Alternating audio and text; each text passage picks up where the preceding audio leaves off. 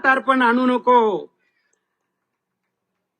सून आली नातू झाला म्हणजे म्हातारपण येत नसतं. सून आली नातू झाला म्हणजे म्हातारपण येत नसतं. स्वतःकडे लक्ष द्यायचं सोडलं की वार्धक्य येत असतं. स्वतःकडे लक्ष द्यायचं सोडलं की वार्धक्य येत असतं. डाय कर नको कर हा तुझा व्यक्तिगत प्रश्न आहे. डाय कर नको करू हा तुझा व्यक्तिगत प्रश्न आहे. नीट नेटकं टापटीप राहा एवढंच आमचं म्हणणं आहे. नीट नेटकं टापटीप राहा एवढंच आमचं म्हणणं आहे. बैलाला झुली घातल्यासारखे गबाळे ड्रेस घालू नको.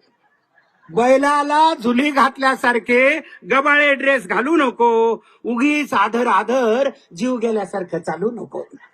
उगीच आधर आधर जीव गेल्यासारखं चालू नको. लोकांनी आपल्याला काही म्हणो, लोकांनी आपल्याला काही म्हणो, आपण स्वतःला सुंदर समजावं. लोकांनी आपल्याला काहीही म्हणो, आपण स्वतःला सुंदर समजावं. रिटायर झालं 60 आली तरी रोमॅन्टिक गाणं गावं. रिटायर झालं 60 आली तरी रोमॅन्टिक गाणं गावं. पोथ्या पुराण जप तप याला आमचा विरोधच नाही. पण मी आता म्हातारी झाले असं अजिबात म्हणायचं नाही. जरी 60 आली तरी स्वतःसाठी वेळ द्यायचा. जरी 60 आली तरी स्वतःसाठी वेळ द्यायचा. मैत्रिणींचा ग्रुप करायचा, ट्रिपला जायचा प्लॅन करायचा आणि जीवनाचा आनंद घ्यायचा. आणि हो, दुःखाचे तुणतुणे वाजवायचे नाही.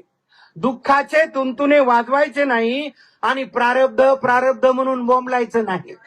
आणि प्रारब्ध प्रारब्ध म्हणून बोंबलायचं नाही. घराच्या बाहेर पडायचं, मोकळा श्वास घ्यायचा आणि हिरवागार निसर्ग पाहून धुंद होऊन मारवा गायचा. हिरवागार निसर्ग पाहून धुंद होऊन मारवा गायचा. फिट राहण्यासाठी सगळं करायचं. फिट राहण्यासाठी सगळं करायचं.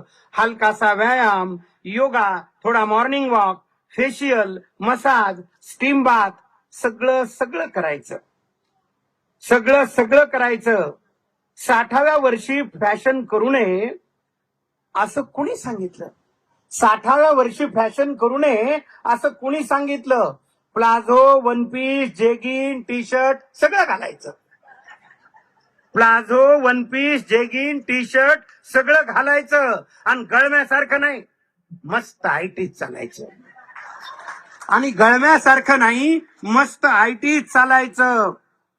नको बाबा लोक काय म्हणतील. अरे म्हणली का पुन्हा लोक काय म्हणतील? मग ट्रिपला काय नऊवारी लुगडं आणि तिकटा मिठाचा वास येणाऱ्या मेनच्या साड्या घालून जाणार का? मग ट्रिपला काय तिकटा मिठाचा वास येणाऱ्या मेनचट साड्या घालून जाणार का?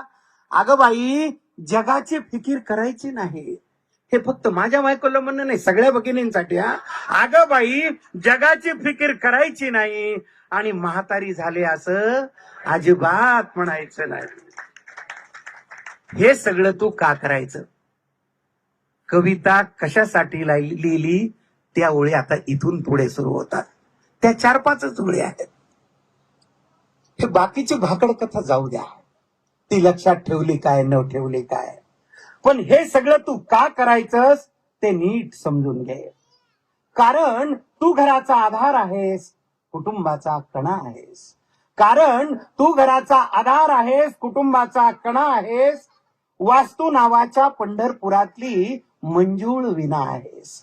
वास्तू नावाच्या पंढरपुरातली मंजुळ विना आहेस. तुझं शारीरिक आणि मानसिक आरोग्य उत्तम राहिलं, तुझं शारीरिक आणि मानसिक आरोग्य उत्तम राहिलं तरच घर आनंदी राहणार आहे. देवघरात दिवा लागून स्वयंपाकघरात अन्नपूर्णा येणार आहे. देवघरात दिवा लागून स्वयंपाकघरात अन्नपूर्णा येणार आहे. घराघरात संस्काराचा सडा आणि चैतन्याचा झरा वाहण्यासाठी, घराघरात संस्काराचा सडा आणि चैतन्याचा झरा वाहण्यासाठी तुझं मन प्रसन्न असणं खूप गरजेचं आहे. तुझं मन प्रसन्न असणं खूप